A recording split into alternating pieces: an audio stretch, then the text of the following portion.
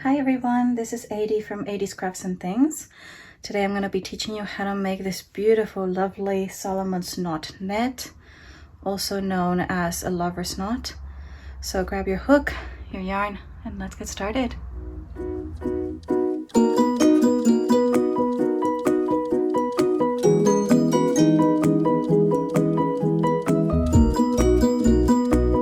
Hi, welcome back. So like I said, we're going to be working on this beautiful stitch pattern. It looks more complicated than it actually is. So let's go ahead and get started with it. So today I'm going to be using some cotton and a 4.5 millimeter hook. And for this pattern, we're going to be doing knots in multiples of 2 plus 1. So we're going to start as usual just with a slip knot.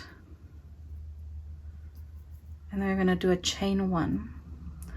Then from here, we're going to pull up a loop and elongate it. Usually you want to do about 1/2 inch, maybe a little bit more, maybe a bit less, whatever feels comfortable to you. From here, I usually hold the yarn separate from the loop and the working yarn. Yarn over, pull up a loop. And we're going to insert your hook in between the working yarn and the loop that we just created. Yarn over, so that you have those 2 loops right there. And then yarn over and pull through 2. And again, we're going to pull up a loop, nice and long. Yarn over, pull up a loop, go in between working yarn and loop, yarn over, and then yarn over, pull through 2. So I'm going to make about 5 of these, and then I'll show you how to do the following rows after that.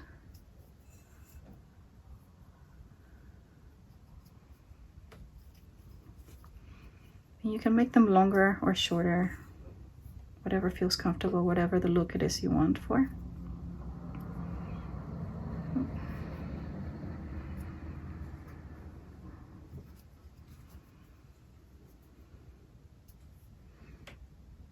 Now from here, this is going to be our base. So from here, I'm going to make another 2 of the long loops for like the turning portion of this project.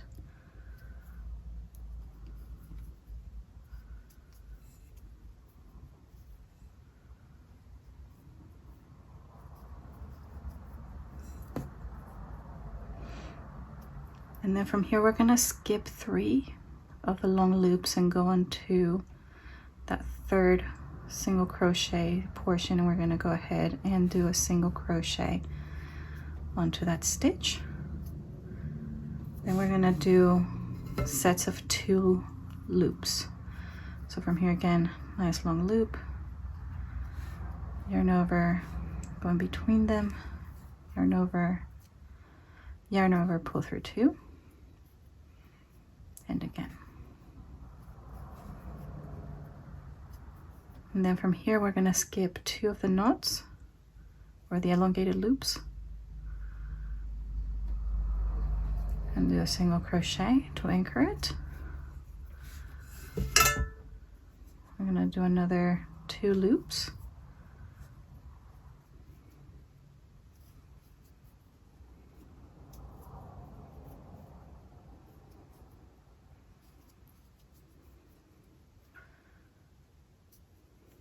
And then do a single crochet onto the last one here.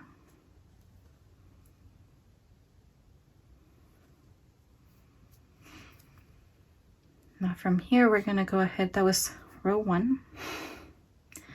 So for row 2, we're going to start with 3 elongated loops.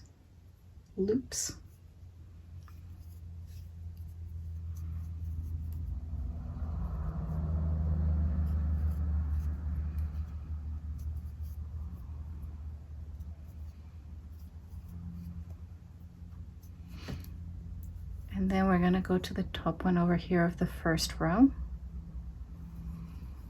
and do a single crochet. And then from here, we're going with 2 loops.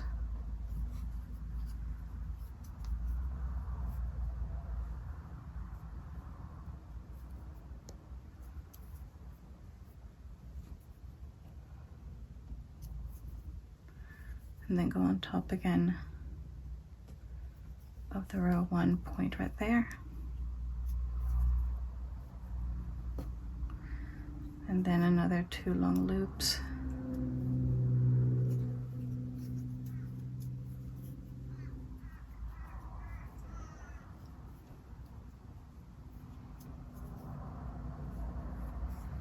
And then we're going to go to this one right here, the top one of the 3.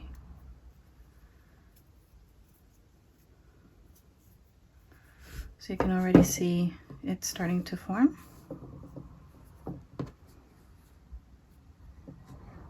Now if we wanted to just close it up, you would do 2 loops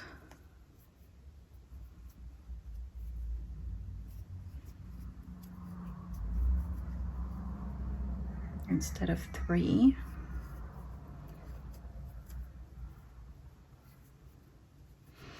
We go again to the next knot here.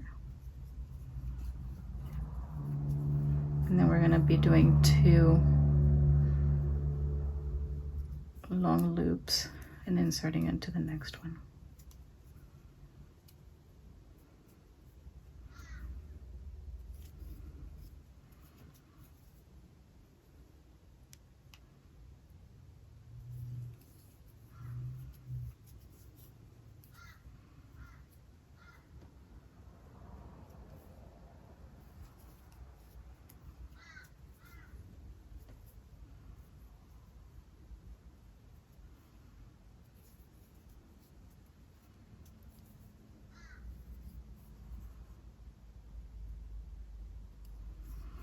And that's how you would finish it,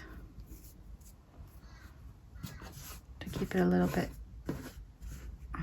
more like the base of it. You can do this as long or as short as you want.